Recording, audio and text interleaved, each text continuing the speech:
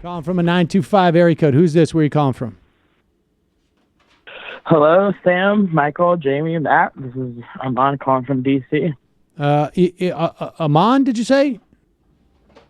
Yeah, Armand. Armand, welcome to the program. What's on your mind? I just wanted to make a quick point. The reason why I think Sam Harris is freaking out is because I think that there's actually some degree of crossover between like the average Fox reader and the alt-light shitheads. I think you're absolutely right. And I think that Jordan Peterson has sucked a lot of the air out of the room on his alt-light crowd.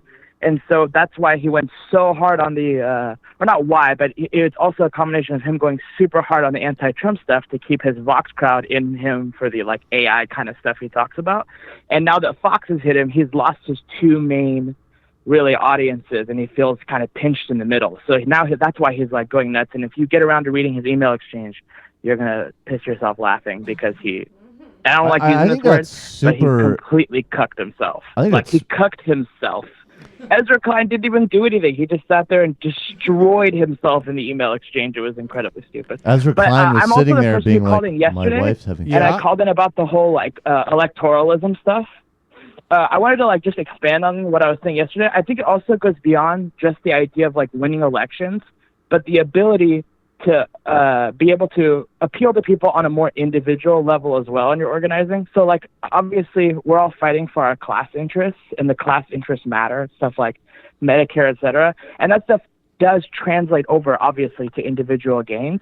But even like, I think the organizing itself needs to go further into like appealing to people's individual interests, such as like being able to get people appointments, jobs, but also being able to go and do poor communities and hold potlucks and barbecues and throw parties and kind of be able to create social life for people and feed needs, right? So like have food programs for kids in the morning, or be able to bring in like voluntary nurses and dentists and doctors to be able to give people checkups every few months. There's got to be some kind of immediate material need, because like oftentimes if you like, for example, like I grew up super poor in a super poor neighborhood, the kind of neighborhoods you might see in like a blaxploitation movie or something like that.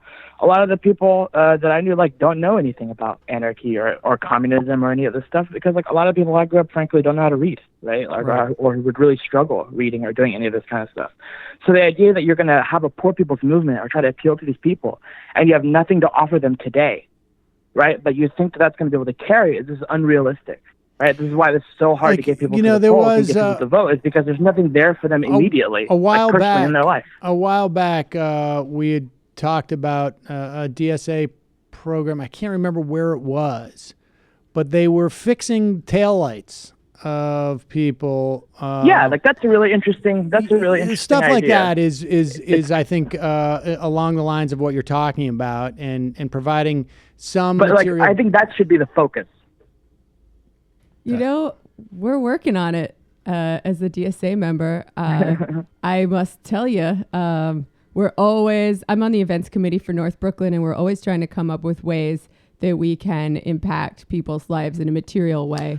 We saw that a lot during Occupation Sandy too. Occupy Sandy, where folks who were involved in the Occupy movement were basically not functioning as first responders, but first rebuilders, I guess. I mean, they were building houses. They were helping people deal. Sandy was devastating. I'm talking about the sort of near hurricane that we had, particularly in Coney Island, areas South Brooklyn that are certainly have less services and less money than other parts of New York. But I think it's a good point. I appreciate the call. We actually have a healthcare event coming up pretty soon where we're going to have people showing people how to sign up for Medicaid.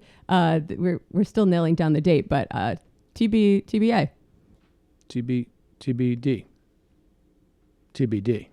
Well, it's TBD and both. TBA. It's both. TBD. Synthesis.